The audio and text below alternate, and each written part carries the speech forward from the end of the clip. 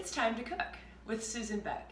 Today we're going to make baked apples. This is a great accompaniment to any meal. Gives you a little sweetness, especially if you're not going to have a dessert. You might enjoy having the baked apples with your dinner. We're going to have it with brats tonight. It goes great with like pork chops. Pork chops and apples are a great combination.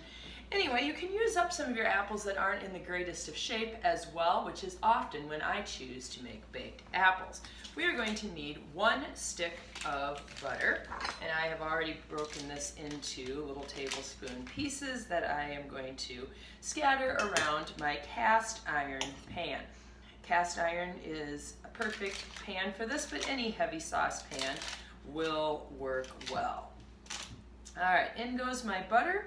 I like to put it into the pieces just because it kind of melts a little quicker, as I will be putting all of my apples on top of that and then topping it off with 1 cup of brown sugar.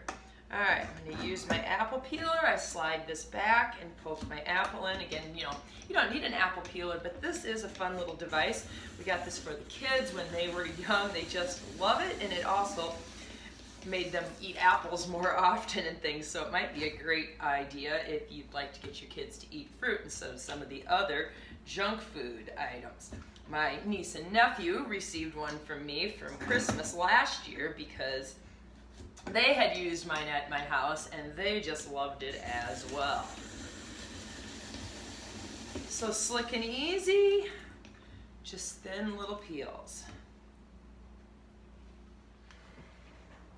I'll give you a closer look at this apple peeler. So there's a little button right here that I can press down. And when I press that down, I can pull the rod back. On goes my apple. Then this will be the device that peels it right here. And then the circular piece on the end will cut the core.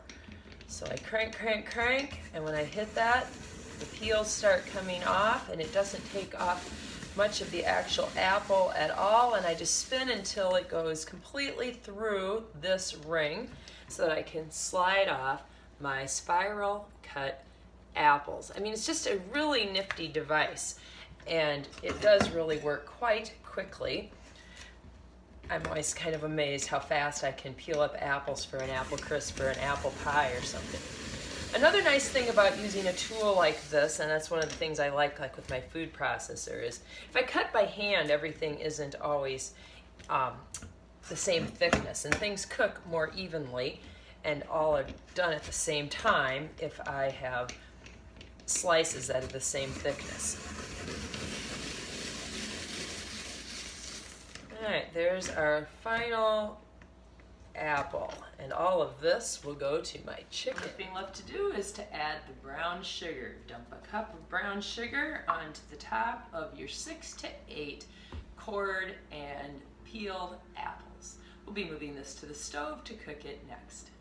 All right, I'm going to turn my burner on to a medium-high heat to get it started. I want to get that butter on the bottom melted.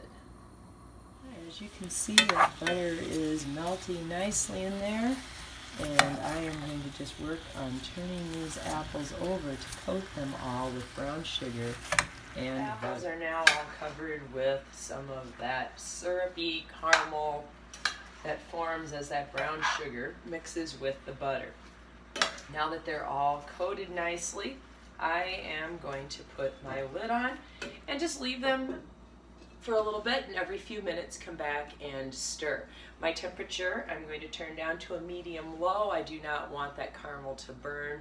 Brown sugar and butter are fairly easy to burn, so keep a good eye on it. I've probably walked away for maybe about 4 minutes, and I am going to give them a stir again now. I definitely have a lot of liquid in the bottom. The apples themselves put out liquid. And it's starting to actually kind of come to a pretty strong boil, and I'd rather just get it down to a simmer. So I'm going to turn my heat down now to low. Alright, another 4 or 5 minutes have gone by. And again, you can tell that these don't fill the pan quite as much, so that's one sign that they are cooking down. And we've got that good caramely juice there. Alright, back on goes my lid. Well, my apples are looking nice and tender, no crunch left to them. And while they've been cooking down and I've been stirring them like every 5 minutes or so, I got some brats boiled and they're ready to go on the grill. I've fried up some potatoes here. So get your apples going right away, and these can be a great side dish to a simple supper. So I want to take my lid off now. I've probably been cooking these for at least 20 minutes, right around 20 minutes I would say. And I want the liquid to kind of evaporate so that they become a little less liquidy and all that caramel sticks to my apples. Oops, lid off I said. With the lid off for about 2 minutes, I'm already getting a little bit thicker sauce in there, and some of that water is evaporating away. The baked apples are finished, and I've served a few up here and let them cool just slightly because they're very hot coming out of the pan. Now, I didn't talk about what kind of apples. These were Braeburn apples today that I was using. You can use any kind of apple that you would like. I've used almost anything because I tend to use my apples that I just have in the house. I don't usually plan this meal ahead. It's the way to use up some of those apples that have been sitting around and nobody's been eating, and I put them in the brown sugar and butter and turn them into this nice caramely golden side dish. Those are unbelievably rich and tasty, and I just can't wait to eat the rest of these with my supper tonight.